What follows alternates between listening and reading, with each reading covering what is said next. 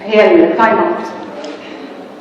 في حاجات كده يعني الواحد وانا لما جيت اشتغل مع طاقم الديسبلين في حاجات كانت دايما كليك معايا، حاجات يعني ما عملتهاش كتير فمش فارقه قوي. انا عملتها كتير وحسيت قد ايه انا ضريت ولادي او بنتي الحقيقه، لان الاولانيه كانت كابشه في ده وبعدين تاني كان حظه احسن شويه. طيب انا هحكي لكم على التايم اوت شويه هنتكلم عليه، وعايزه هايلايت او نشوف مع بعض قد ايه التول دي تول ناجحه ولا مش ناجحه. انا بعتبرها من اكثر التولز الوسائل الافضل في استخدام الارقام مع الولاد. انا اتخيل ان انا جوزي مسافر، وانا جوزي مسافر كتير قوي، وبعدين كان طالب مني ان انا احضر له القمصان بتاع السفر، فاضل له قمصان مخصوص كده عليها اللوجو بتاع بريدجز، فطلب مني احضر له القمصان وانا نسيت. وكلنا بننسى، ده طبيعي. ليه؟ شيرين القمصان اللي عليها اللوجو بتاع بريدجز فين؟ ايوه. طبعا فاضل لما بيزعق كده ما بيزعقش كده، هو كده كده لطيف قوي بس مش بيعمل تعليمات. القمصان اللي عليها اللوجو بتاع بريدجز يا بنتي عشان انا مسافر كمان ساعتين، انت مش جاهزه؟ لا نسيت. نسيتي. طب اتفضلي امشي خشي جواتك. امشي خشي جواتك وفكري ان عملتي ده صح ولا غلط.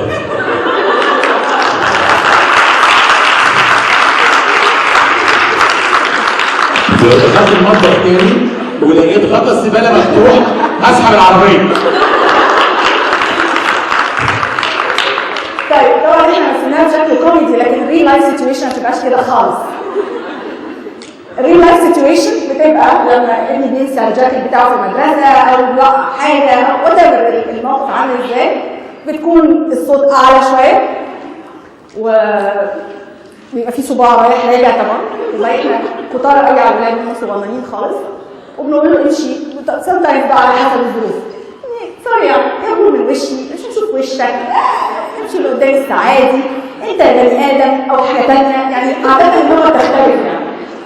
وكلنا بنعمل يعني خلينا برضه نبقى واضحين. ده مختلف تماما عن اللي حكيت عنه الشارع اللي هو البوزيتيف تايم اوت. دي تول فيري ديسريسبكتفول تول، والثانيه از فيري ريسبكتفول تول. طيب انا لما فاضل قال لي فين القمصان؟ طبعا انا كنت خلاص يعني انا عرفت كفايه، عرفت ان انا عملت مصيبه. ولما قال لي فضلي تخشي جوه اوضتك وفكري في اللي انت عملتيه. يو ثينك انا ممكن ادخل افكر في اللي انا عملته؟ لا. يو ثينك ان انا حاسه ان انا بحب فاضل في الوقت ده؟ بكرهه، يعني انا اتخيل لما يعملوا كاس الثلاجه زمان اللي كانوا بيقطعوا فيها. دفنتني انا مش حاسه ان انا قريب، انا مش عارفه. طب انا عايزه اغسل القمصان واحضرها؟ لا انا عايزه اولع في القمصان، سوري. وحتى لو حضرت القمصان يبقى اوت اوف فير، عايزه اتجنب شر، مش عايزه اسمع، مش عايزه اهرب تاني، مش عايزه اسمع كلمتين بايخين تاني. ففين بقى العلاقه الطيبه اللي بتربطنا باولادنا او تربطني بجوزي او كده؟ اهانه شديده جدا لو اديها لي فاضل، لا اقبلها على نفسي ولا اقبلها على اولادي. طيب هل انا لما يكون عندي مشكله ده اسلوب اللي فاضل او اللي انا بعمل بيه ولادي كل يوم او في كل موقف، هل لما يكون عندي مشكله هلجأ لفاضل اروح اقول له انا عندي مشكله وعايزه احكيها لك؟ دو اي تراست هيم؟ ولا حاول بلاش مش عايزه احكي عشان هسمع كلمتين؟ فما بقاش هو الملجأ الامن بتاعي، انا مش عايزه احكي. فممكن احكي لمين؟ احكي لاصحابي، اتكلم في التليفون بالساعات والنصيحه تيجي من صحابي. الرسول صلى الله عليه وسلم دخل عليه واحد وقال له، الواحد ده كان صحابي لانه صاحب رسول الله، قال له ايه؟ ائذن لي الزنا. قال له فاكر لك امك؟ لطشوا قلمين، وكان قاعد وسط الصحابه عشان كتير قوي، اصل انا كنت في السوبر ماركت، اصل حمايه وحماتي، اصل خالتي وخال، حاجات كتير كده، ولا حاجه خالص ولا عمل اي حاجه من دي. والناس الصحابه قاعدين ما اتكسفش وما اتضايقش، قال له تعالى اقعد جنبي، مسج اوف لاف، قال له تعالى اقعد جنبي. قعد وبعدين كده يعمل معاه ريفلكتيف ثينكينج، فكر معاه، قال له اترضى لامك؟ لا. قال ولا الناس كمان يرضوه. اترضى لفلان، اترضى لفلان، اترضى لفلان، عمال يعين طول يفكر معاه، كان ممكن من اول مره يقف خلاص اترضى لامك، لا خلاص خلصي، لكن قعد يفكر معاه. طيب وبعدين بعد كده بعد ما خلص عمل ايه؟ حط ايده عليه دعانه، بدا برساله حب ونهى برساله حب. واعتقد كل يعني دين ربنا واحد، يعني في كل الاديان هو كله بيدعو للحب والاحترام، لتقدير خلق ربنا سبحانه وتعالى البني ادم. الرسول عليه الصلاه والسلام عمره ما ضرب، يعني في الحديث انه ما ضرب شيئا قط. احنا بنضرب. سيدنا انس اشتغل معاه 9 سنين، عمره ما راح قال له لما فعلت كذا، هل فعلت كذا، عمره ما راح لامه. في ريسيرش اتعملت لقت ان الاطفال لغايه ما بيكبروا بنوبخهم بالسكولد 27,000 مره.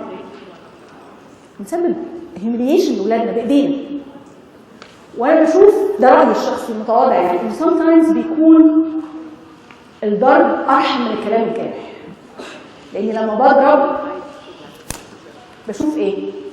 شوف ضربة ايدي على اصابعي على جسم ولادي فضميري بيوجعني، شوف الحته الحمراء اللي انا سببتها فضميري بيوجعني، فبرجع لورا وضميري يأنبني واعيط بالليل واصحى تاني يوم الصبح او ابوسه وهو نايم واغطيه. كلنا مرينا بالكلام ده. لكن الكلام الجارح، الرسائل السلبيه اللي بنوجهها لاولادنا والمقارنات اللي رايحين جايين عاملين فلان جاب ايه وانت ما جبتش، فلان اخذ البطوله وانت ما اخذتش، اخوك احسن منك، انت غبي، انت، او حتى غير المسج، ما بقولش انت غبي بس بوصل مسج انت ما بتعرفش تعمل اللي المفروض تعمله. ده انا بشوف انه اقوى بكتير. ليه؟ لان ما بندركوش، ما بنشوفوش انترنال، فانا مش شايفاه، انا مش شايفه اثره على ابني. علشان كده اللي اخطر، لاني ما برجعش ورا وراجع نفسي. فسمتايمز الفيزيكال بانشمنت بيبقى ارحم من الفيربال بانشمنت. حاجات كتيره محتاجين نرجع ورا نفكر. ناس كتير قالت طب العلم ده جاي من الغرب، هو الحقيقه جاي من الغرب بس هو الصلب دين.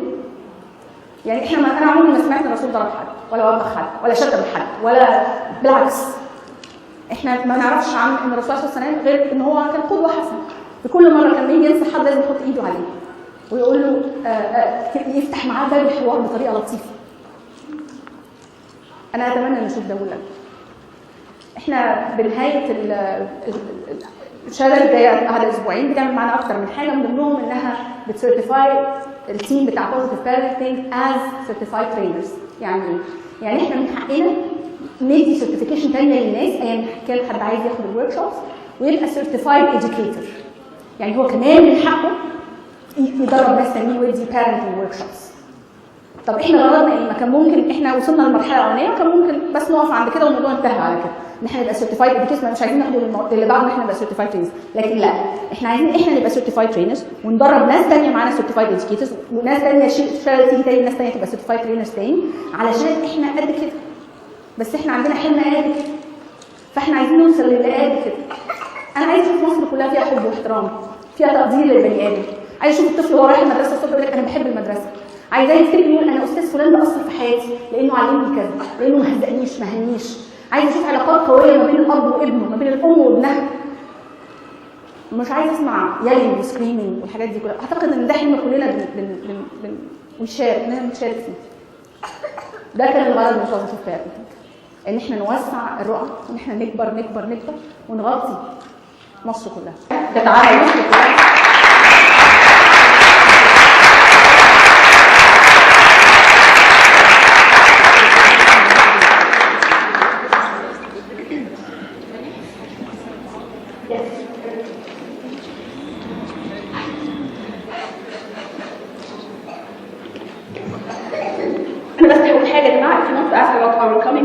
او اي حاجه انا موجوده، المكان موجوده وهي موجوده، التيم بتاع بوزيتيف براندنج كله في بوث بره بتاع سي دي اف.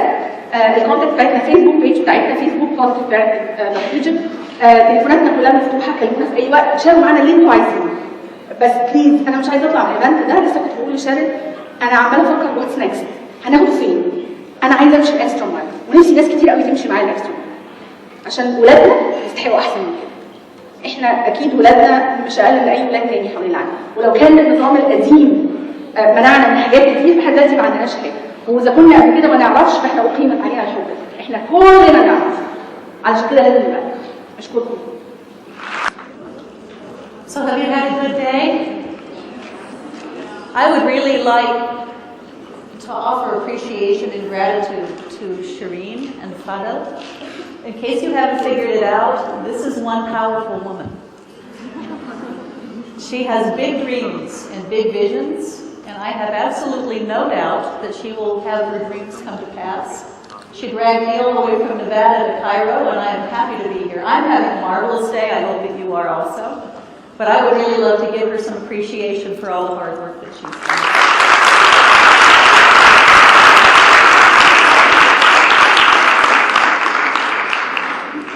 So why is parenting so hard? It's a joy, isn't it? Are there moments when you just absolutely feel that parenting your children is the deepest joy you can experience? I know there were days like that for me, and it was usually when my son was asleep.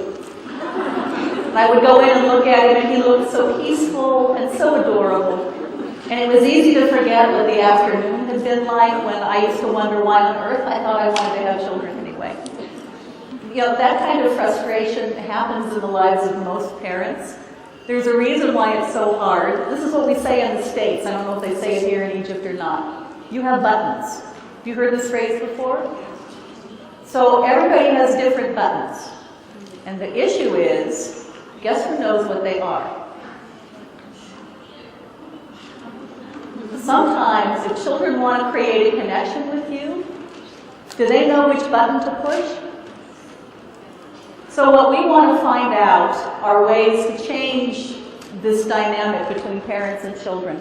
Over the last couple of hours, I've been talking with people, and I've had a wonderful time getting to meet some of you and hear what's going on in your schools and your families. And I've heard the same question now probably 10 or 12 times. When is it too late? When is it too late to change this? My children are older. My children are teenagers. My children are young adults. I am old. None of you is older than me right now, but some people are older. When is it too late to change? The fascinating thing about brain research, so I'm not just going to give you a lovely platitude and say, oh, it's never too late, although that's what I believe.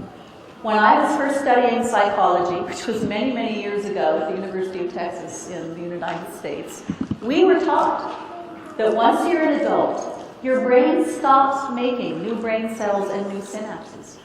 And it's basically all downhill from there. And I was a child of the 60s, so you can draw your own conclusions about that one. I thought, oh no, I'm in trouble. What we know now is that the brain continues to create new synapses, new connections, new brain cells. The brain is alive and growing and changing until the moment we take our last breath.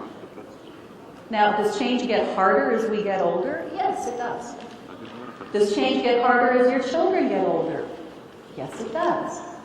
So for those of you who are expecting an infant, for those of you who have tiny children, congratulations, you're here right at the beginning, and you can give thought to how you want this to go for you and your family, and you can make decisions from the very beginning about creating a connection and the kind of relationship you hope to have.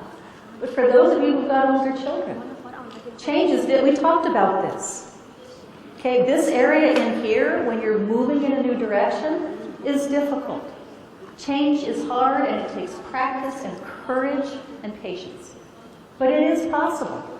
And I've seen really amazing things happen in families that were discouraged and angry and had given up hope when wise and brave parents decided, let's try something different and see if we can form a new connection with our children. So what I'd like to do in this last hour or so that I have is talk a little bit about the different, how many of you have been told you should praise your children? We're going to talk about that just a little bit, and then in your packet is a handout titled Positive Discipline Tools, and I want to go through those because I want you to leave with some practical ideas about what are some things you can do instead. So we talk about timeout and punishment and talk about all the things that, oh, maybe this is not such a good idea. I want you to have some practical skills that you can go home and experiment with and see what happens. So what Alfred Adler taught is that a misbehaving child is actually a discouraged child. Why would a child who's misbehaving be discouraged? They look like they're in control, right? Powerful, they're making loud noises, they've got you busy with them. It looks like that would be great. But actually, misbehavior, as we learned earlier, is a coded message about a child's sense of belonging and significance. And children who are feeling connected and at peace don't need to misbehave. Some misbehavior is tied to their age, like little children leave their toys out in the yard because they don't think to bring them back in. They need teaching, not discipline. But as we get older, sometimes keeping connection can be hard. I've had parents ask me, but I have to work long hours. But my life situation makes it difficult. I was a single mother and I worked. So having the time to really be available to my son, to do the kind of parenting that I wanted to do, there were days when I climbed into bed at the end of the day and felt like a failure because I hadn't found time to do what I knew I wanted to do. So sometimes life and even the most loving family can be discouraging. And when people feel discouraged, that's often when misbehavior happens. Let me ask you a question. If you're going to try a new skill, if you're going to take a risk, if you're going to reach out and try something different, is that easier when you're feeling discouraged, humiliated, or ashamed?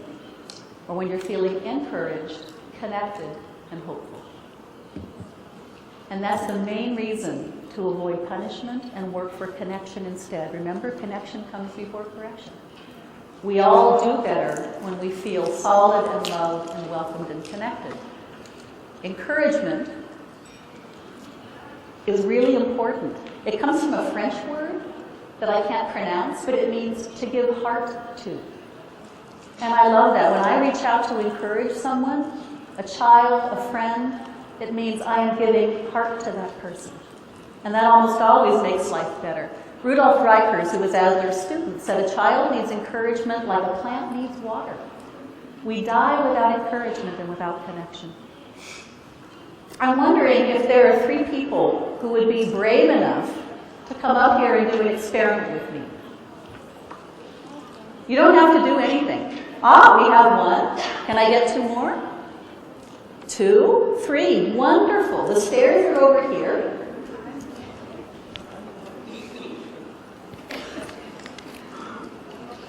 So we're going to pretend that you are students in a school. Okay? So all you have to do is just line up in front of me, and I'm going to give you some statements. Now, in the U.S., parents and teachers are taught to give praise, which are like verbal rewards.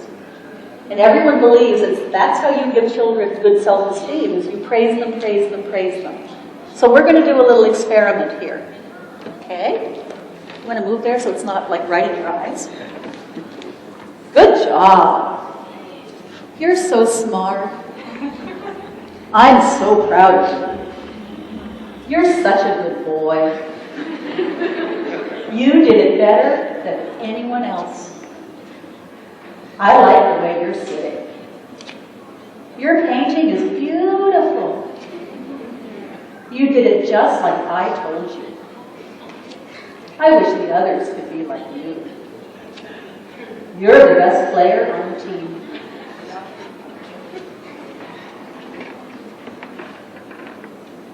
Thank you for helping me. You made my day easier. You figured it out for yourself. I care about you. Can you tell me about your painting? How do you feel about that? I have faith in you. I love you no matter what. You can decide what works best for you. It took courage to ask for what you want. Look how far you've come. You can do it. Do you notice any difference between those 2 sets of statements? How did you feel receiving those?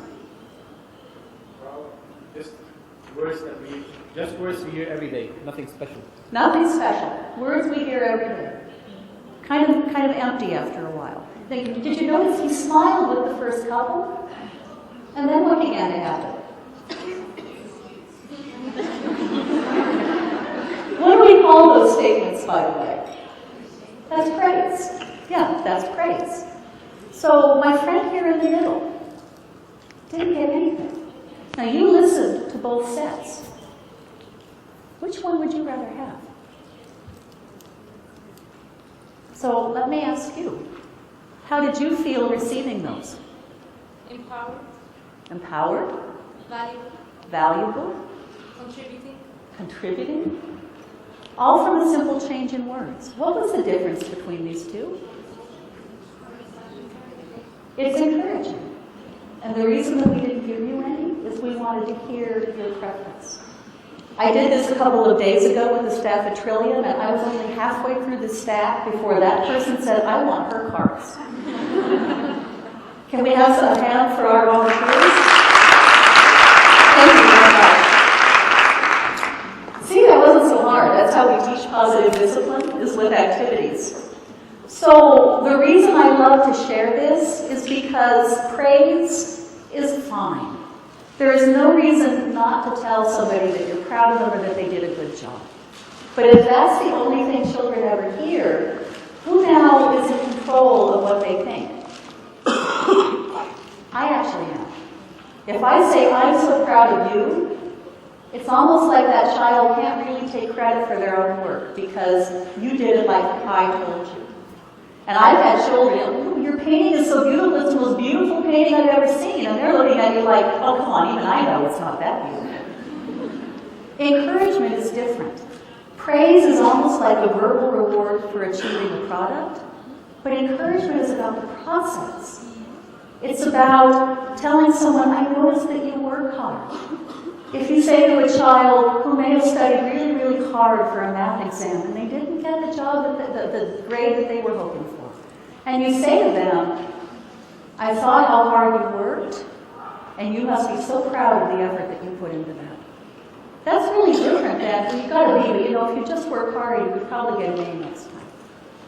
There's a woman named Carol Dweck, and I hate to tell you that really is her name. It's D-W-E-C-K. She is a professor now at Stanford University in California.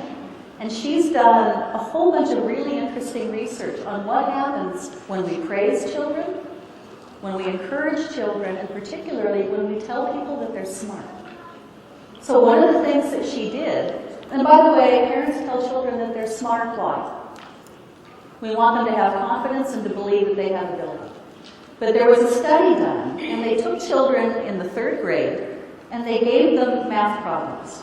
And these were children in the United States, but from small towns, medium-sized cities, big cities, children without a lot of money, children from affluent homes, all kinds of children, different cultural and ethnic backgrounds, and they did the same work with them. And what they did is they split those children into 2 groups. And with one group, they praised them for their results. You're so smart, you got a great grade. With the other group, they said, boy, you worked really hard on that. Was that fun? Now, why would that make any difference? With the first group, they began to worry about their grade. They began looking at the other students' paper, and they were more likely to cheat to get the grade. Because what have they been told? What matters is what you do, what you produce, the result you get. The kids who had just been encouraged, they would try any problem, even if it was really hard. They thought it was fun to try something new and learn a new skill, and they almost never cheated because they didn't need to. What we're finding is that really intelligent young people who grow up on a steady diet of praise become afraid to try new things, to take risks, or to do things that they think they might not be good at, because they're afraid of losing the praise and losing their teachers' and their parents' high regard. Children often believe that if we say, you're so smart, kids think the people who are smart never have to practice or ask questions. They should always know the answer already. And so they don't ask, and often by the time they're teenagers, they stop taking challenging classes because they want to be sure they can make the A. I think that's tragic. So instead of praise, we teach people to do encouragement, and it's simply a shift in language. But isn't it nice to know that you can, and I've done this many times with many different people, and I've never had anybody say, I want the praise. Just so that you know, praise is like junk food. Do you use the word junk food in Egypt? Okay, it's like going to McDonald's or eating candy. It's okay every once in a while, just not as a steady diet. So if you can do more encouragement, and occasionally every once in a while some praise, you and your children will be just fine.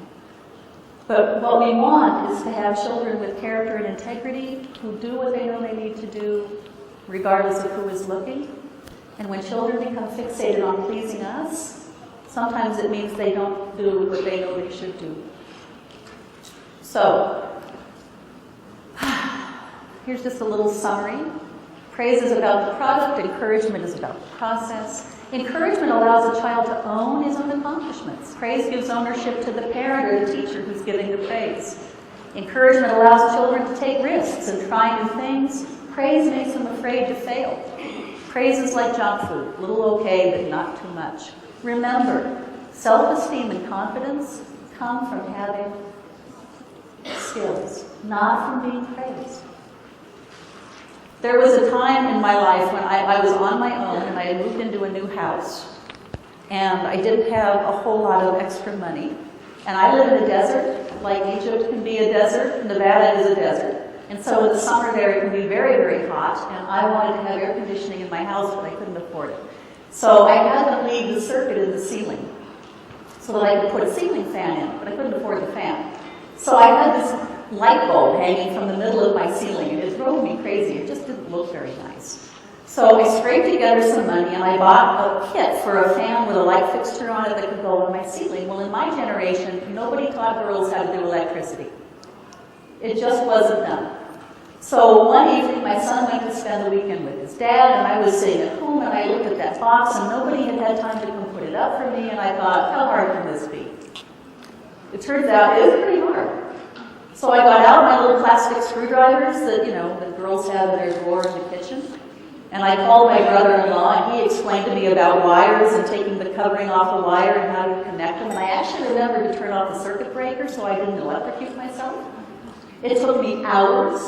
I was on the top of my rickety little wooden ladder, but after about, I guess it was 4 or 5 hours, it was close to midnight, I walked over to the wall, and I hit the switch, and guess what happened? And no, the house did not blow up. The lights went on, and the fan went around. How do you think I felt in that moment? I felt powerful. It's like, look what I did. And I became a one-woman home improvement project. I built a patio, I put in a sprinkler system, I changed out light fixtures, I painted walls. I learned that I could do it, and I experienced success, and it made me know that I could do more. What connection do you think that might have to raising your children? When they say, can I help? We should be able to say, sure, and recognize they won't do it the way that we do it, especially if they're little. But if you're cleaning, they can have a little squirt bottle with water in it, and they can have a towel, and they'll smear up your windows. It'll be wonderful. But what are they learning? I'm powerful and I'm skilled. Mom needs my help. She can't do this without me. Stephen Glenn used to say, it is easier to tame a fanatic than to put life into a horse. It's easier to have someone with too much enthusiasm than it is to have someone who doesn't want to try anything. And one way to help that happen is to teach our children skills. So whenever you're doing stuff, invite them to come help you, and then you have time. Take time for training.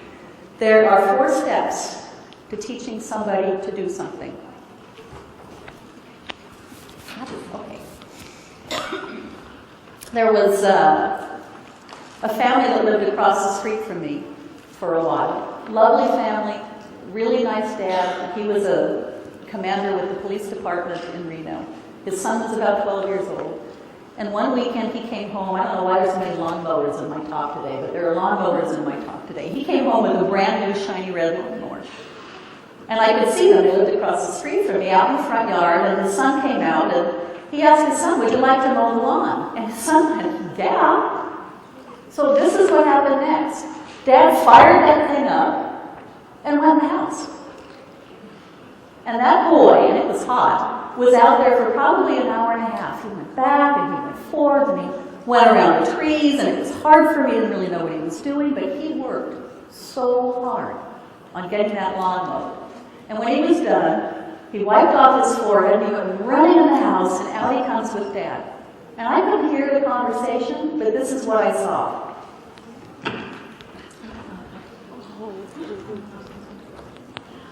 And the boy burst into tears, ran into the house, slammed the door behind him, and his dad followed him in. Now, what do you think is going to happen the next time Dad says, would you mow the lawn? Why?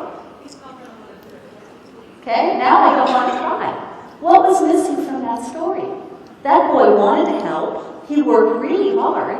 He did his very best. What didn't happen there? Training. There was no training. Children don't know as much as we think they do.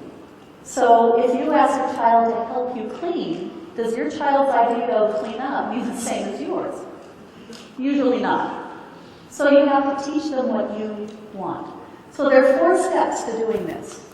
The first step to teaching a skill is you do it, they watch. You say, I'm going to fire up that new lawnmower and mow the lawn. Would you like to come keep me company? And while you're doing it, you just talk with them and explain. The second step is you do it, they help.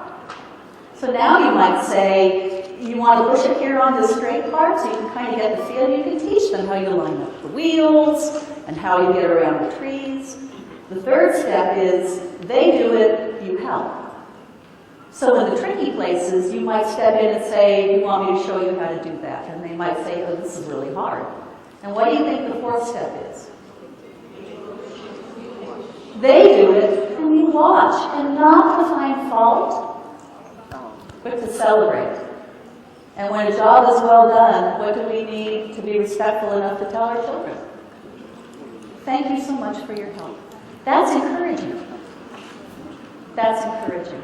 To teach a skill that says, I have faith in you. And that's actually what creates self-esteem and confidence. If those were qualities that were on your list, then here's one of your ways of making that happen. So in your handout, you have, or in your packet, you have a handout that's called Positive Discipline Tools. And I want to go through these with the time that is left to me very briefly, just to make sure that you know what they all are, and you don't get home and go, what on earth was that woman talking about? So some of these you already recognize, but I want to make sure that they're all clear. So the first one is, say it with me, connection before correction.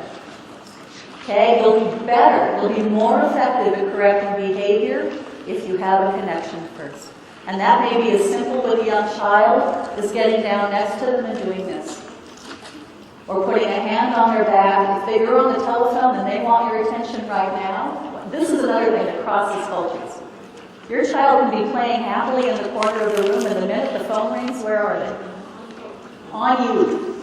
So sometimes just putting a hand on them and letting them know is connection, and then you're able to work with what you need to do while I'm on the phone. So connection before correction. Be firm and kind at the same time. We've already talked about that one. Decide what you will do. We want to decide what our children will do. We want to decide what our husbands will do. But the only person you control is yourself. So sometimes it's appropriate to decide what you will do. If you're a teacher, you can tell children, I will read the story when the class is quiet. And then you sit and wait. It's really interesting to watch what happens. You can say, I'll start the car motor when your seatbelts are on. And sooner or later, kids will go, Mom, we're going to be late. I'll start the motor when your seatbelts are on. You can't decide what your children will do, but you can decide what you will do. Does that make sense? So, a big problem in the States is children are always in the back seat, and the parent is in the front seat. It's a safety rule. So guess what the children do in the back seat?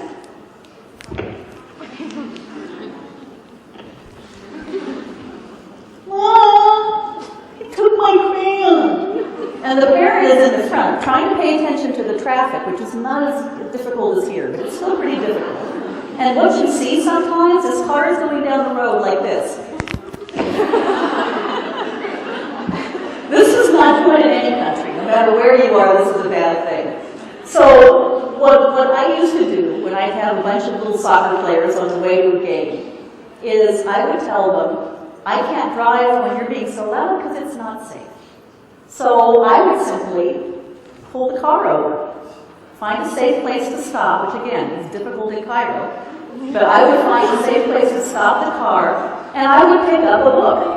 I always had a book with me. And I would say, I'll drive when it's quiet. You guys let me know when you're ready to go. And I would sit and look at my book. Now, why would I have a book? What does this tell the kids in the back seat? I'm not buying into this. You guys work it out. Because if they're doing this for my attention, and they often are, what do I not want to immediately give them? So I would say, you come up with a solution, let me know when you're ready to go, and I would do this. And most of the time it worked really well. Because sooner or later, somebody would say, oh, we're going to be late. Come on, Mom, we're ready to go now. One time, however, my adorable son leaned over the seat and said, Mom, your book is upside down. Because the truth is, you're almost never really looking at it, you're just waiting for them to stop fighting in the back seat. Distraction and redirection. This is particularly for young children. Up until about the age of 6 to 12 months, children don't need discipline. They don't need to be taught what to do. There's a form of I hesitate to even call it discipline because it's punishment. But there's a form of working with children that's very popular in the States right now. And one of the things they teach parents is if your child grabs something from his high chair tray and goes to drop it on the floor, you slap his hand the minute it goes over the edge of the tray. Well, this is how children learn. Okay, if I'm going to learn about gravity and texture and, the color green, that was interesting. That means I have to touch and reach and feel. And what happens if I learn that every time I go to explore my world, I get slapped? Is that healthy? No, I don't think so either. But young children need to be supervised. What do young kids do if we're not paying attention? Oh my goodness. They run out into the street. They run away from you in a parking lot. They want to climb the racks at the store. I worked with a preschool once, and a child had climbed to the top of the jungle gym, the very top, the metal thing, the bar thing. And one of the teachers said, without thinking first about what she'd said, she said, you don't come down this minute, I'm going to come up after you. And he goes, okay. So she did. She was not good at climbing. But she said, I learned after that I had to think before I speak. One of the best ways to work with young children is simply to distract them. To show them something else that they can do. So if they want to play with the remote, how many of your children like to play with the remote or your mobile phone? And you give them one that doesn't work, or you give them a pretend one, and they know the difference. And they don't want the pretend one, they want the real one. So you say, that's Mommy's, you don't play with that here, you can play with this one. And they'll pick it up, and then they put it down, and they go right back, right? And they're looking at you the whole time. Remember, science experiment. This is a science experiment, and guess who the laboratory rats are? So what can work sometimes is to gently, kindly, but firmly simply pick them up and take them to something that they can do. And yes, they'll go back and do it again. So you do it again. You don't have to yell. You don't have to slap. Eventually, children decide, well, when Dad says no, Dad means no. And actually, I can't even get him to lose his temper. He is that strong. Do you think that might be a useful thing for your child to know? It works way better than yelling and punishing. You just keep doing it. And this is where that idea that I should be able to discipline once and now my child has got it, it's not developmentally real. Sometimes we have to do it over and over again in the same day. But you distract them, you change their attention, you show them what they can do, and then you repeat it as often as necessary. By the way, words do not work with young children. Have you noticed that? Bedtime! And all of your children go, okay, Mom. And they immediately put on their pajamas and march off to bed, right? Oh. Because if you yell from the other room, they know they can ignore you. You have no power when you're in the other room with a young child. So our next step is to walk into the doorway. I said bedtime. You don't do that, but mothers that I know do. And they look at you, and you know when they get serious? When do they get serious? When you start moving toward them, and then they get up and then they run. So sometimes it's a matter of meaning what you say and and being right there with them. If you have a young child, this is powerful. Get down to where you can make eye contact with them, smile, and then use a very firm tone of voice. Okay? Follow through. If you say it, mean it, and if you mean it, follow through with respect and dignity. This is the hard part. It's easy to make agreements, easy to say if you do that again, I'm going to do this. It is much harder to actually do it because we don't like our children to be unhappy. We don't want them to be angry at us, and sometimes there are nights when you just can't stand another tantrum, right? But follow through is how they learn. My parent says it, they mean it, they're smiling, they are respectful, but they follow through. And by the time they're adolescents and the stakes are higher and the risks are greater, this is a bad noise this thing is making. By then they know that you mean it. So following through is important, and it's also important to remember to be firm and kind at the same time. Just so you know, it's very, very easy to say these words. Encourage effort and progress, not just results. We talked about that. It's easy to praise, but sometimes children grow to believe that my parents only love me and are proud of me if I'm doing what they want. Our children need to know that we care about them and are connected with them all the time. And sometimes they need to know it most when they've made a really big mistake. When they backed the car into a light pole. When they broke your crystal bowl. When they decided to try on your silver bracelet and because it got bent beyond recognition. That's when they need connection most. And that's often when we're so stressed that we don't know what to do. Positive time out, we talked about. Create routines. How many of you know how to use routines, particularly with young children?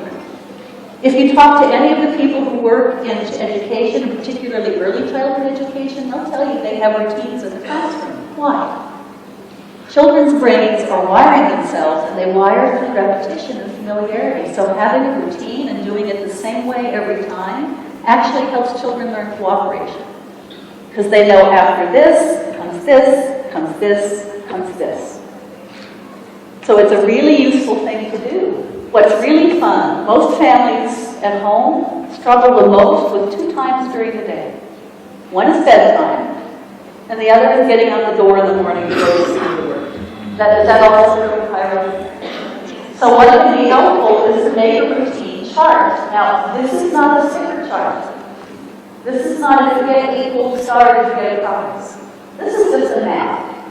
So you might sit down with your child and say, what are all the things you have to do before you go to bed? So what are some things you might do with a child to get them into bed?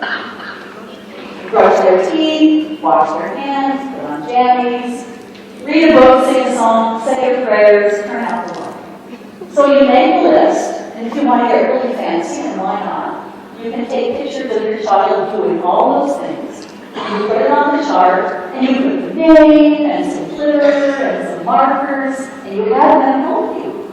But it's not your chart. Whose chart is it? It's their chart. And the next time they get off task, they went to get their jammies on, but you actually find them in the other room watching that TV show that they're not supposed to watch. The routine chart becomes the boss. All you have to say is, what's next on your chart? And most kids will actually come and tell you, it's my chart and I helped make it. I really encourage you to try it. I will tell you, I don't know why this works, but it often works really well. You can also have a chart for in the morning. Having breakfast, getting dressed. You may find that some of the morning tasks are better done at night. So you might get clothing for school the next day as part of your bedtime routine. Or gather books and papers, or even make your lunch. And then you've got your mornings and your evenings organized, and there's less. How many of you find you do a lot of nagging in the morning and at bedtime? So this can help eliminate some of that. Take time for training, we already talked about. Oops. Got ahead of myself. What and how questions with an attitude of curiosity. We can either ask or we can tell. If I just tell you, do this, feel that, this is what you should be doing, it tends not to work very well. The word educate comes from a Latin root that is educare, and it means to draw forth.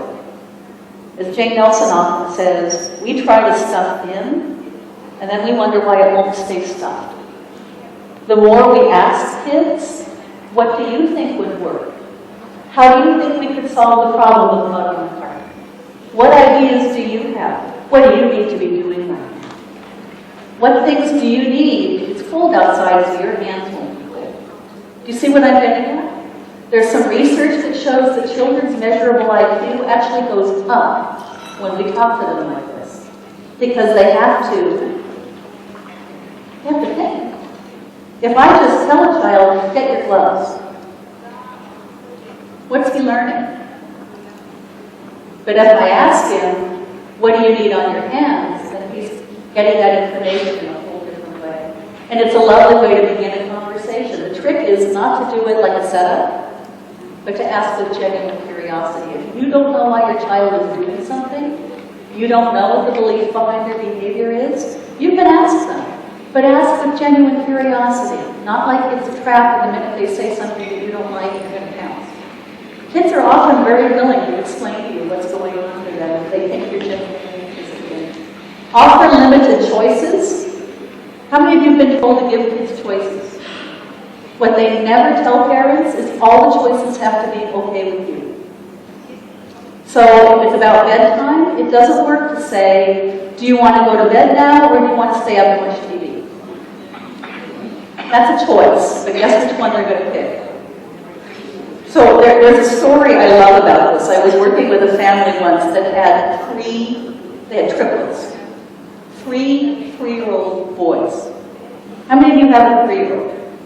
Can you imagine having 3 of them all at the same time? Well, this family did. And one night they went out for a walk. They were walking around their neighborhood, and as they came back around the house, the kids were all, they call them big wheels in the States, or like a tricycle with a really big front wheel, and they were pedaling along. And as they came close to the house, one of them stopped, because one of them always does, and got off the tricycle and went into the neighbor's yard. The flowers, picked the dirt. And Dad said, time to go home. No, I'm going to stay in the front yard. So he thought, okay, what was it I learned at that parenting workshop that I took? Oh, choices. So he said to the boy, he says, well, do you want to go home with me or do you want to stay here in the front yard? Well, guess what? So he came into my office and he says, this choices thing is silly. It doesn't work. It doesn't work at all. So we took a step back and looked at it, and I suggested that all of the choices have to be okay. You have to be okay with either of the choices that you give your child. So Dad did some thinking, and this is what he came up with. So they go for another walk, and they get to the same yard, and the same kid gets off the tricycle. How often does this happen? They've got you once, now they're going to get you twice. So he gets off and goes into the front yard. And Dad takes a deep breath, and looks at him and smiles, and says, would you like to ride your tricycle home, or do you need me to carry you? So you have a choice about how you get there. You don't have a choice about where you're going. Now, remember, this is a science experiment. How does this child know that Dad means what he's saying?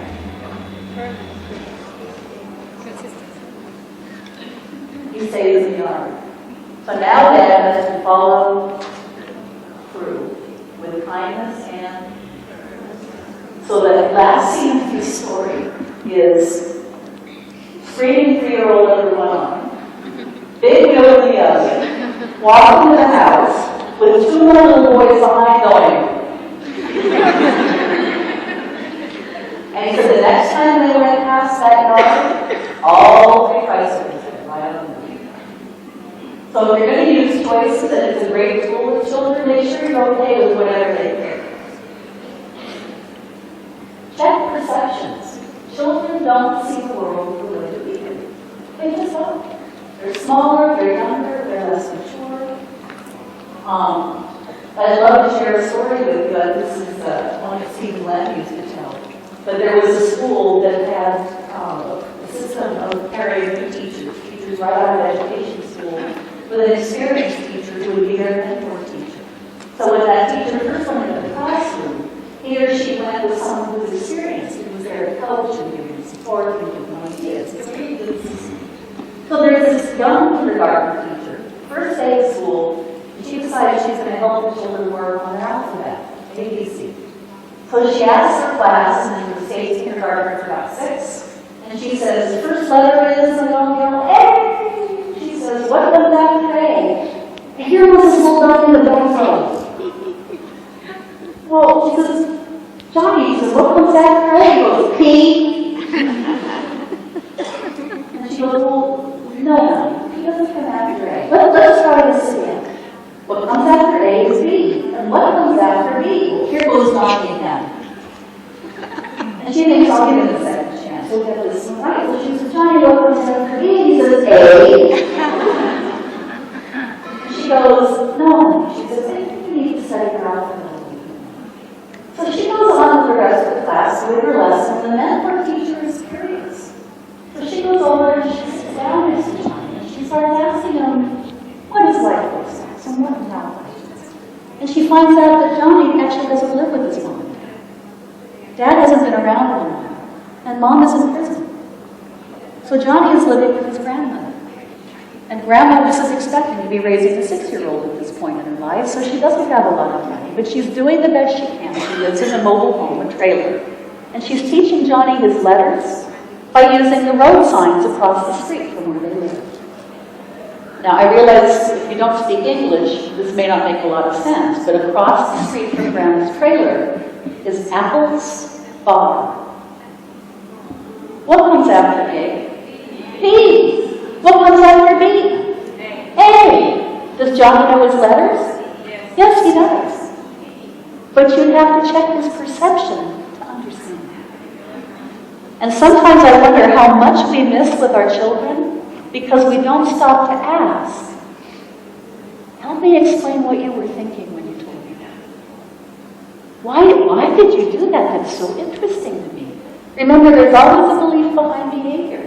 And their behavior may not make sense to us on the surface, but if you check their perception, you might find out that there's more to the story than you thought. By the way, this also works very well with other adults, particularly the ones you're married to.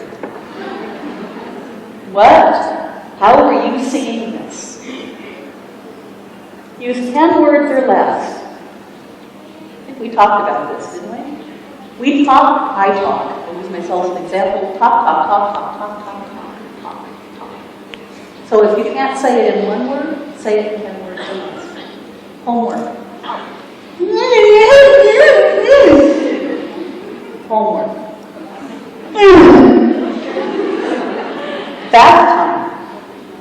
Towels. You guys know what I'm talking about, right? I'm not saying anything. And it's really hard to argue with somebody who smiles at you and only says 1 word. Words are like throwing gasoline on a fire with a child sometimes, by the way. If they can get you into a debate, how long can that go on? Forever. And so you say 1 word, and it's okay, by the way, to use your fingers if you count. But after 10 words, you've usually lost them anyway, so talking less is usually a good idea. Active and reflective listening, we talked about. This is nurturing emotional literacy. Emotional intelligence is equally important as, but different than academic intelligence. A lot of human beings are not comfortable with their feelings, aren't able to express them respectfully, and are often surprised by what they feel. We talked about, do you ever get angry and you didn't even see it coming? So one way of doing this is to bring the world of feelings into your family life, to kind of demystify it, so that children learn to say, Mom, I'm mad at you. When you don't get angry, don't you dare be mad at me.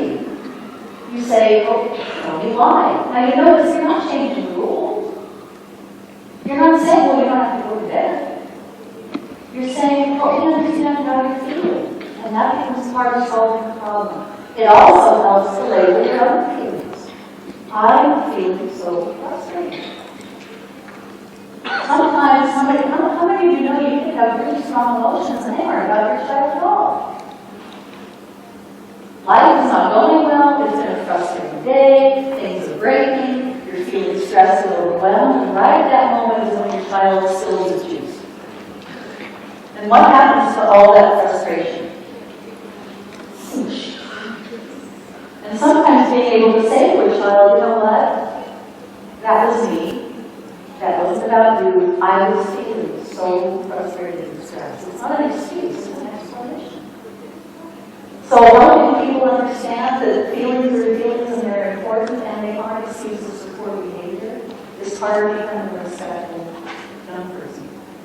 With older kids, with teenagers, this becomes really important. Learning how to know what you feel, how to manage it appropriately, and how to express it respectfully. But remember, when does the prefrontal cortex mature? 20 to 25 years old. Where does emotional regulation live? So this is a skill that we work on developing and not something that will happen immediately. Invite cooperation. Have a homework classroom jump chart. This is a U.S. government-funded study. So in my country, I get to say, who are you for this research? So here it is. If you ask another human being to cooperate with you, 4 out of 10 times they will say yes. Now, is it 10 out of 10 times? It's no. If you tell another human being what to do, what's going to happen? How many times then will they cooperate with you? Most of the time we do better if we ask somebody, I need your help. We're having people over for dinner. Would you be willing to help me by picking up the things in the living room? And they may not do it right away, so it may help to pay attention to the time. But you usually do better by asking than by telling. Create a game. I got my son into his pajamas for a whole 6 months by saying, Ben, I can get my pajamas on before you can, and then I'd run down the hall.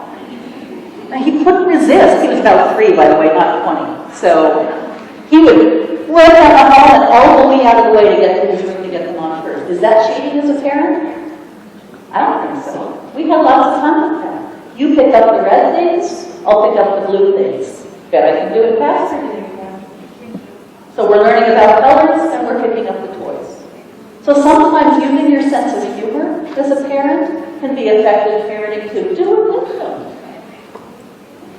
A lot of the children I know have so many toys and so many goodies that when they're all on the floor, I don't want to pick it up.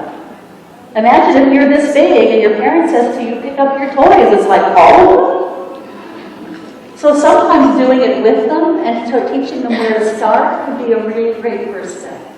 So let's do this together. Let's stack the blocks together. You don't do that for the rest of their lives. So when you're beginning to teach them skills, it's appropriate, it's part of training. So doing it with them can be helpful. Stop yelling, we talked about, ask for their help. Child doesn't want to go out to the car and get it. I want to go to school. Sometimes what helps is, I need your help. Could you carry my purse to the car for me? It's not guaranteed, but it often works better. Those, by the way, are really powerful words, especially with teenagers. You and I both know I can't take you because you can't, but I would really appreciate your help. And often when young adults are asked respectfully and given a voice in it, they're happy to help you. What they don't like is being told. Adolescents have a built-in, I was talking with someone earlier today who works with teenagers. Teenagers are very sensitive to whether or not they're being treated with respect, and whether the adults in their lives actually like and enjoy their company. And many adults don't. And it can be a challenging age. So just being willing to say, I need your help, can be a much better approach than starting out with, I'm going to make you. Spend special time with your full attention. Children need time. Someone once said that children spell love, T-I-M-E. And in this world, how busy are you? What are all the things you have to get done every day? How many of you work? Lots of hands. Have many tasks to do. More than one child. Responsibilities. There's so many ways we can spend our time. And what do our children need from us more than anything else? Connection.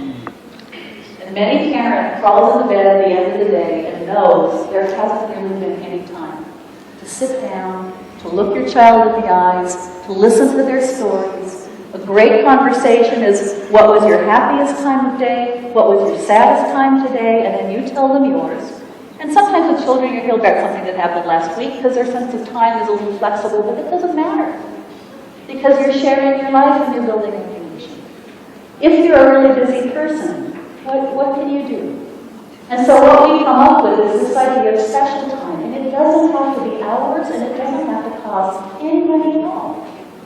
It means if you can find 10 minutes out of every day to spend one-on-one with your child, but the only catch is you have to be willing to give them your full attention. I talked to a dad once who was a very successful businessman. He was running his company. He had more work to do than he knew what to do with. But he loved his son. And he'd been working on really trying to be a better parent and being present more often. So he came into my office once and he was really proud of himself. He says, I've cut my workday back to 12 hours a day. And I'm making a point of being home when my son is getting ready for bed and we play together. But I still have to answer my email. So he said, I play Lego airplanes. They have Legos in Egypt, right? Built with Legos. So they would build airplanes out of Legos. And he said, we'd be flying our airplanes, but occasionally I have to look at my phone. So when that happens, I crash my son's plane, and then while he's building it, I can answer my email. Now, this was an improvement. But what do you suppose this looked like to his son? Where's the attention? It's not over there. It's here. So sometimes spending special time means putting down the phone, turning off the TV, and really focusing your attention, eye to eye, heart to heart, on your child. If you can do that for 5 minutes a day, you'll have a different relationship with your child. And by the way, it works well with adults. How many of you are hearing that a lot of this actually would probably work pretty well with your adult relationships? It does. So special time is great. If you're really busy, you can alternate, because children actually need one-on-one connection with each parent in their life on a regular basis. So maybe you and your partner trade off. Or maybe if you have more than one child, you have a chart. I've seen people do special time charts, and it means, okay, I have to run this errand every evening, and the children take turns who comes with me. So every time I run that errand, I have a different child along, and then we can talk and connect. It doesn't matter what you do. What matters is that you find the time to do it. If you're busy, if you travel on work, if you've got a lot of things going on, you can do the old-fashioned thing. You can write a note on actual paper. You know that stuff that's in front of you?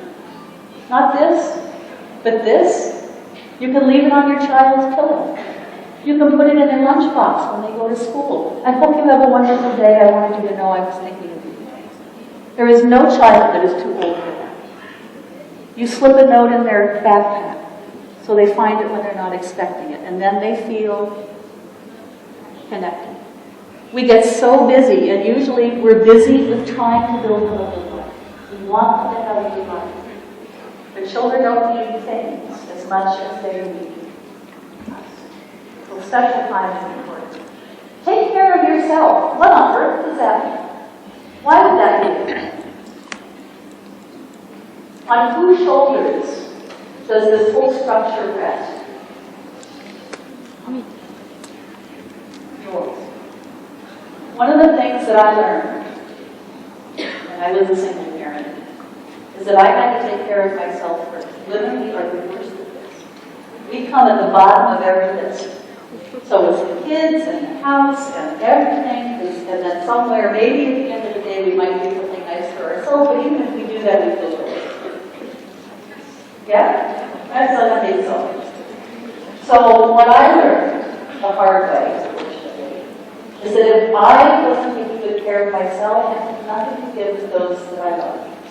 So imagine for a moment, so nice of you to give me a nice glass of water in it, that this is the emotional energy that you have for a week in your life. There it is. And let's say that you get up in the morning and your children are in a bad mood and you're late to get to school, and there goes some of your energy.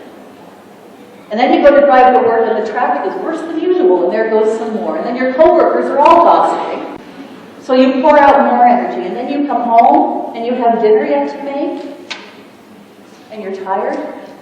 And this is when your child comes in and spills something on the floor, or hits his sister, or breaks something, and there goes some more. And what eventually happens to this glass of energy? It's empty. And if your life is anything like mine, when it's empty is when the real crisis hits.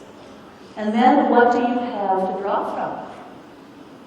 What kind of parenting do we do when our glass is empty? Not our best work. Life is challenging with children, and in this world, with all the change that's going on, life is complicated outside the home and inside the home.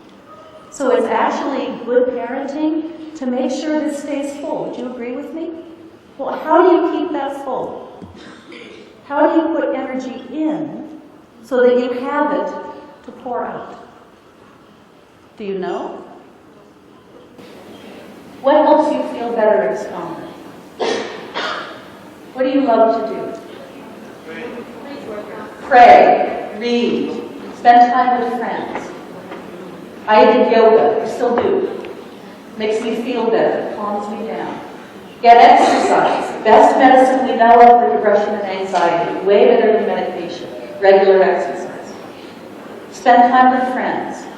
Use your hands. Knit. Build something. Is that selfishness? You're not sure? No, it's not. Because if you do this well, every time something goes wrong in your life, you have energy to share. So the person at the top of your priority list actually needs to be you. If you're married, right behind you comes your marriage. How about that? Because what happens to children if the marriage is not good? What are they learning? What are they deciding? What are they experiencing? And then so close behind the marriage that it's impossible to tell the difference, then come your children. So that you and your partner are actually united and a team in parenting your children, and you have connection, and you're able to give connection to your children. And then after the children come all the other millions of things in our lives, our work, our mosque, our church, all the things that we love to do to make the world a better place. And it's very hard to keep those priorities in order. It's easier if you have a full cup, which I'm going to drink some of right now. We don't touch people. And I realize this is a sensitive issue in some cultures, and so I mean this respectfully, but there's evidence that infants who are not touched lovingly and regularly fail to thrive. A lot of the ways that young children feel connection is with this. So rubbing the back, offering a hug. And sometimes it's a great discipline tool. A colleague of mine who lives up in the Pacific Northwest, his son is gone and grown now. But when that little boy was 4, he used to tell this story. And he said his son was having a horrible day one day. He was just having a temper tantrum. He was completely here and out of control. And Dad didn't know what to do. And he was a professional. He was a psychologist. And he said, I reached the end of my rope, and I thought if I opened my mouth to do anything, it was going to be the wrong thing. And he said, out of sheer desperation, he looked at his son and he said, I need a hug. And his son was going, you know what? And he said, I need a hug. And his son said, now? And Dad said, yeah, I really need a hug.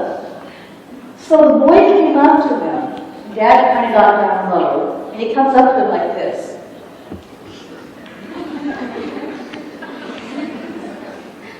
But as they embraced, what do you think happened? And the temper tantrum stopped. There are times when you don't need discipline, you need connection. And the last thing, remember, mistakes are what? Wonderful opportunities to learn for you and for your child. If you ever decide that you want to begin trying some of what you've heard today, I promise you from experience, you will make many, many mistakes, and so will your children. It doesn't matter as long as what? You clean up the mess, and you're willing to learn. And sometimes the best learning of all comes from mistakes. I really, I have one more slide I want to share with you, but I really appreciate your attention. This has been a long day. It's been a rich, full day, but it's late, and I know everyone's tired, and so This has been an honor and a privilege for me, and I want to give you my thanks and appreciation for listening so attentively. I enjoyed speaking with many of you during the day, and I will be up here at the front for a while. I don't think we'll do it in the full group because sound is an issue. We don't have microphones out back for people. But if you'd like to ask a question or you're curious about something else, I'm sorry. I have questions. This is new to me.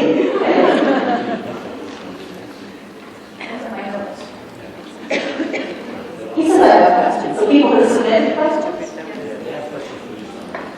Okay, so while it's a break date, let me share some resources with you. Would that be okay? Well, Valentine's my questions. So I prepared this slide because a number of people have asked me, well, if I want to learn more about this, what should I do? And as you've already heard, Shireen at Trillium is doing positive discipline work here in Cairo, and I will be flying home to the United States if she and her team will remain here. So they are teaching parenting classes and workshops. I don't know what her schedule is, but I bet she'd be happy to tell you. And so I would suggest that you contact her if you want to learn more about positive discipline. But there are these other resources as well. Most people these days seem to be online and on the web, and these are all things that you can access. All of these are free, just so that you know. The first one, positivediscipline.org, is about the nonprofit Positive Discipline Association, which is a group of people who actually organizes this work, set standards for training, and make sure that the information gets out. That website has information about upcoming trainings. Most of them right now are in the States, but not all of them. We have people doing this in South America, in Central America, in France, in Canada. It's beginning to spread, and who knows, soon perhaps here in Cairo. So that's a great source of information. PositiveDiscipline.com is for books, training materials. There's a DVD, 2-day training, and I am not, don't hear me wrong here, I'm not trying to sell you things. But if you're curious and you want to learn more, these are places you can go. Some of the Positive Discipline books are available electronically, so you can just download it. You don't have to ship it from anywhere. So there's Positive Discipline for elementary students. There's Positive Discipline for the first 3 years, for preschoolers, for teenagers, in the classroom. All kind of wealth of information. Really wonderful stuff. So you can look into that. This third one is kind of fun. This is our version of Facebook. So it's positivediscipline.ning.com. It's a social network for people who are learning and practicing positive discipline. And there are a whole bunch of different groups. So there are groups of parents with children who are under the age of 6. And they all converse online together. They post questions, they get their questions answered. There are a team of us who are lead trainers who monitor this so no one ever posts advertisements or jump on it, and we make sure that the answers are appropriate. There are parents of teenagers. There are early childhood educators. There are school directors. There are all kinds of resources available. It is free. Nobody will try to sell you anything. And if you live in a place where you don't have access to a lot of classes and workshops, it can be a tremendous support. And then the last one is my own website. A couple of people have asked me questions and said, how do I know if I'm doing it right? And I said, email me. So if you're curious, if I said something that you're curious about and you didn't get a solid enough answer, you can contact me through my website. You can listen to my radio program from the States. Again, no charge for doing this. And I would welcome questions from you and to hear how things are going and what you've tried and what worked. So there are some resources. If you want to follow up, you certainly can. So do we have questions? Yes. Parenting philosophies. Is positive parenting a universal message that can transcend these stereotypical accounts? The only way I know to answer that question is what I always say about all parenting books, including mine, which is read what makes sense to you and disregard the rest. There were some very provocative, how many of you know about the Tiger Mom book? It got a lot of publicity in the United States.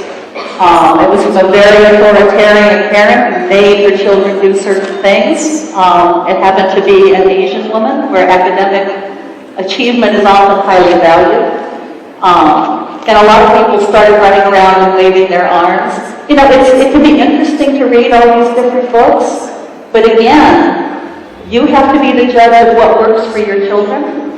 If you read something and you think, this makes sense to me, and I think I like these ideas, and I think this would help my child and me, then try it. If you read something, including positive discipline, and you think, this is nonsense, then don't try it. You are the expert on your children.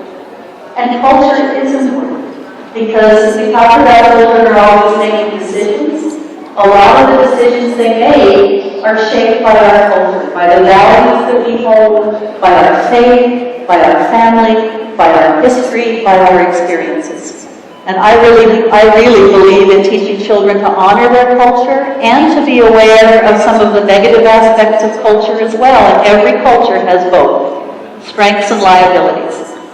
So again, you are the teacher, and you consider. And sometimes what I talk to, because I do a fair amount of training in other cultures, here's something for you to think about.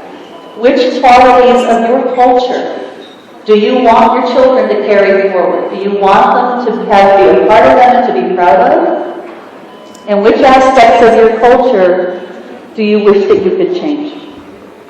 And you can do both.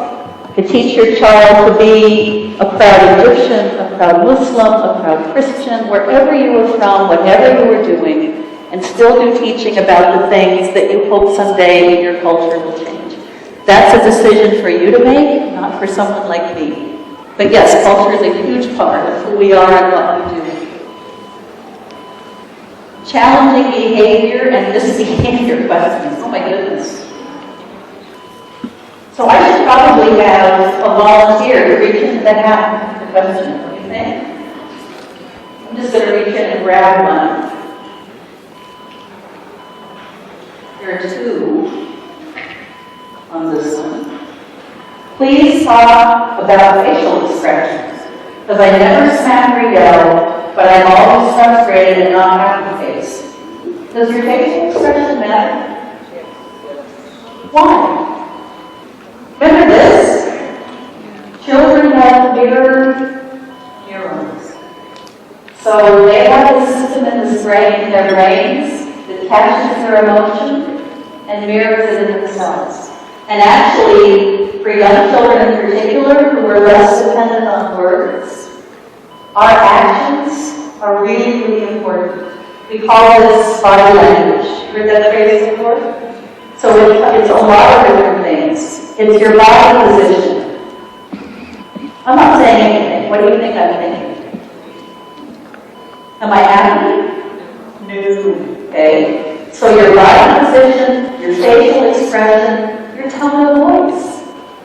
Here's an example. Have a nice day. Have a nice day. What changed? Only the way I said it. So it's not your words, it's what you're really communicating. So yes, your facial expression helps. And sometimes it's before you deal with a difficult situation with your children. It's not a bad idea to go look in the mirror and say, well, I want to talk to the grandma right now.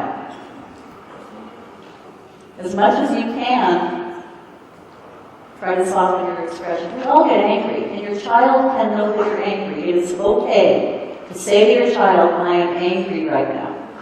What we don't want to do is act out our anger in ways that are harmful. Does that make sense?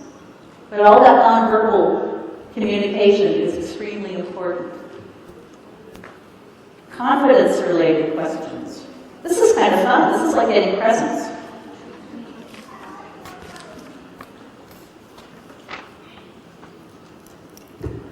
What do I do if my 3-year-old gets shoved, hit, and his toy snapped from him, and all he does is cry and call for help? How can I make him stand up for himself? Well, how many of you think it's important that a child stand up for himself? What does that mean? And what does it mean for a 3-year-old?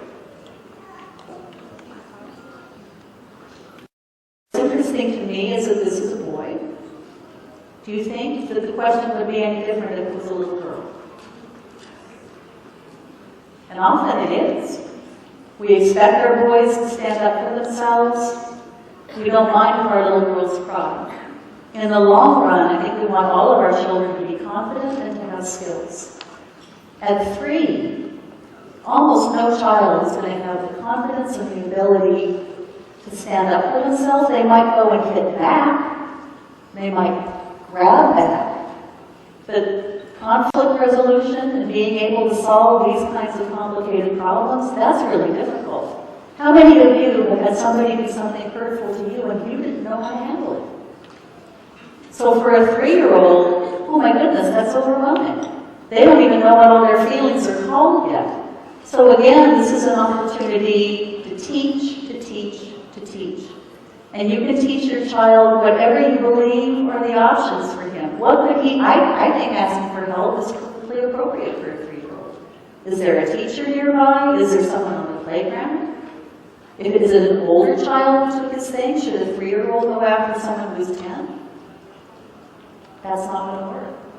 I worked with a young man once who had a really good friend. This child was much larger. And they were good friends for a long time, and then the bigger boy discovered bullying. 2 and 3. You know why? Because developmentally, that's when they're just experimenting with their own sense of personal power, what we call autonomy, and their sense of initiative. And what initiative means is, I can come up with a plan, and I want to do my plan, and adults become big people that just get in the way of doing my plan. So tantrums are frustration at not being allowed to do what they want to do. And if we get really involved in trying to stop the tantrum, what is the child getting now? Lots of attention. So many, many young children decide, this tantrum stuff works pretty well. I think we'll have more of these. There is a great video available on YouTube, but I can't remember the title, but I bet if you do a search on child having tantrum, you'll find it. The little guy, looks like he's maybe 18 months, 2 years old. He is having a tantrum, and it's a good one. The kind where you throw yourself backward, like kick your legs and scream. And Dad has his video camera. And Mom is like right next to him. Every once in a while the family dog is walking through the room. But they film this little boy having a tantrum, and he's screaming and he's crying. And he throws himself on the floor, and Mom and Dad simply leave the room. And they go to another room, and then Dad points the camera at where the hallway is. And you hear the child crying in the other room. And then it gets quiet. And then all of a sudden you hear, and around the corner comes the child, perfectly calm. And the minute they see Mom and Dad, what happens? It starts all over again. And this video, it happens 4 or 5 times. Tantrums are almost always about getting somebody's attention. Whose attention do you think your child wants? Because when they have a tantrum, we get busy trying to stop the tantrum. So there are a number of things you can do. Ignoring it, by the way, doesn't work. If I'm having a tantrum to get someone's attention and they ignore me, what am I going to do? I'm going to try to yell, scream louder. So it helps to acknowledge, to maybe put a hand on your child's shoulder, to say, I understand you're angry at me. When you're ready to talk, come and find me. I'll be over there. So you acknowledge, and then you take away the attention, and you remain calm while you do it. And most kids will cry for a while, and then they'll do what we used to call in my house the sniff, and that's this.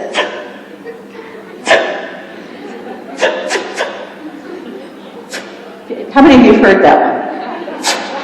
It's so pathetic. You just want to pick them up and go like this. But once they're calm, now you can go back to solving the problem. 2 and 3-year-olds, remember, don't have a mature set of skills.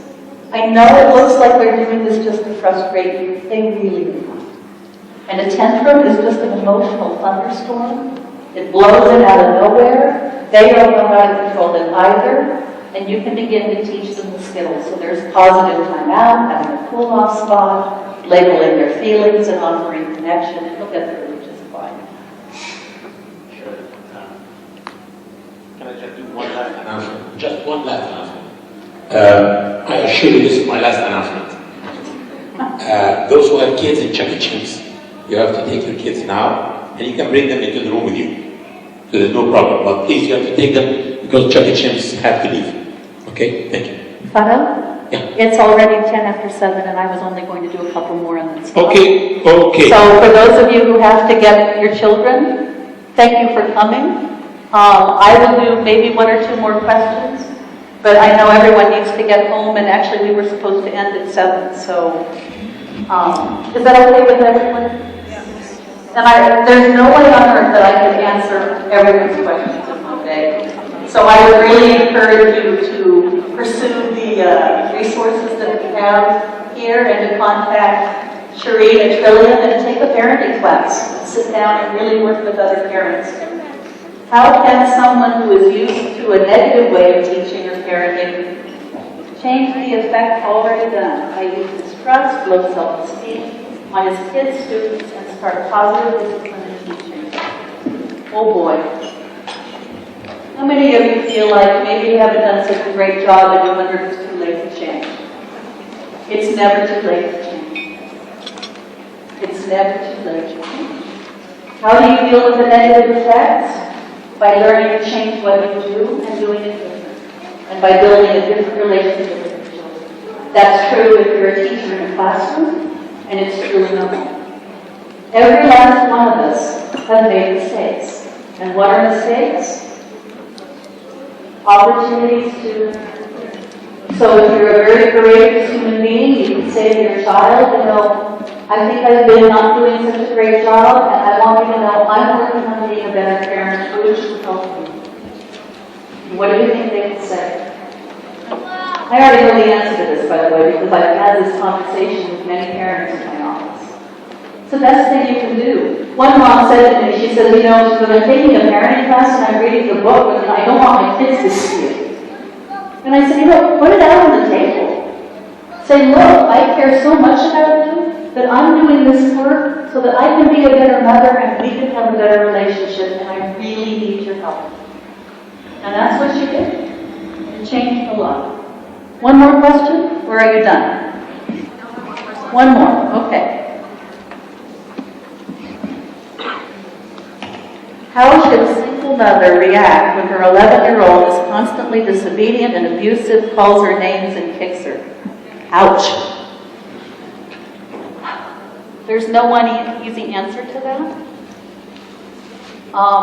As a single mother myself, it is not easy for children to grow up in a family that's different. So in our little neighborhood in Reno, Nevada, when I was raising my son, I was the only single parent for miles around, and everybody else had the proverbial 2 parents, 2.5 children, and a family dog. And my son used to wonder, Mom, why is our family so different? Why is our family not a family? And what I told him is, our family is a family. By the way, he has a wonderful father who was always active in his life.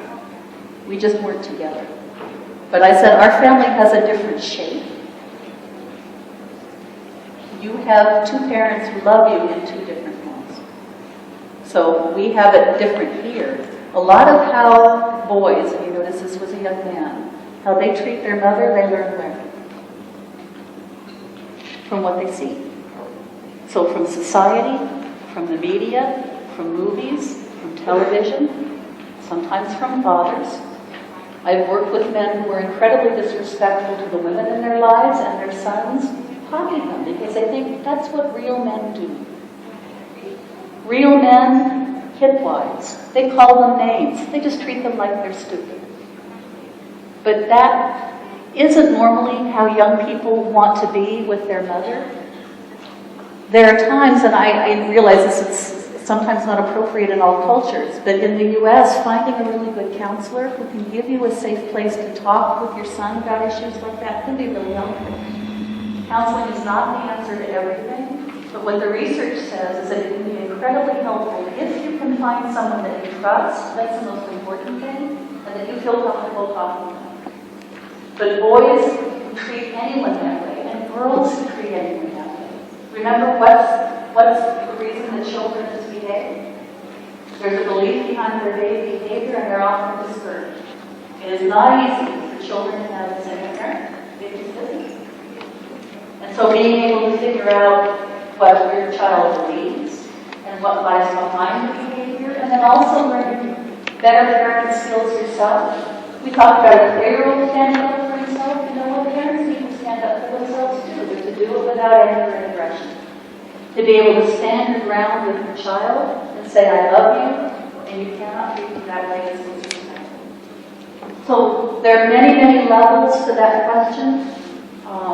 And I would really encourage any of you who have similar questions to look for people that you can talk to and get better skills.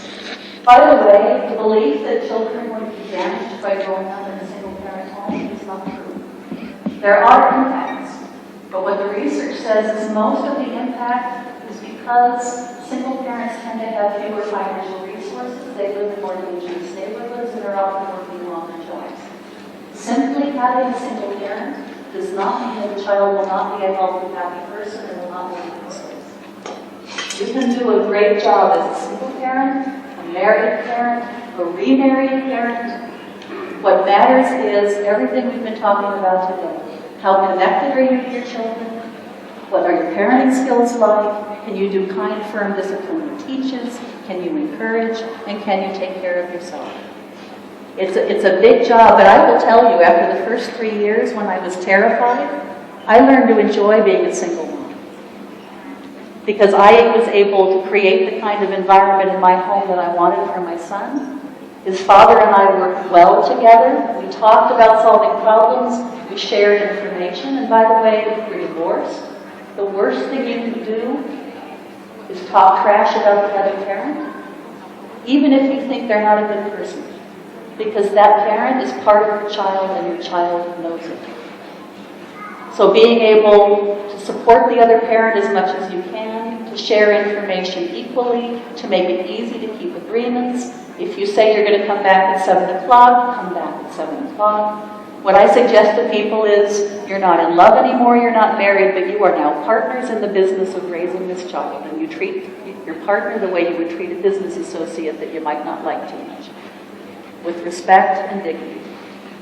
But simply having divorced parents or a single parent does not doom a child to failure. And you know how I know that? Because I've been there. And I can tell you that my son is a happy guy. He went through a phase where he said, I'm never getting married, it's a bad idea. And then he went through another phase where he said, I'm never having children, that's stupid. And I can tell you at 28, he has a lovely young woman that he is dating and very serious about. And the last time that they were around, they were talking about if they ever had children, what color would their hair be. So time has a way of healing. And if you're willing to be humble and real with your children and learn appropriate skills, you can get through anything together.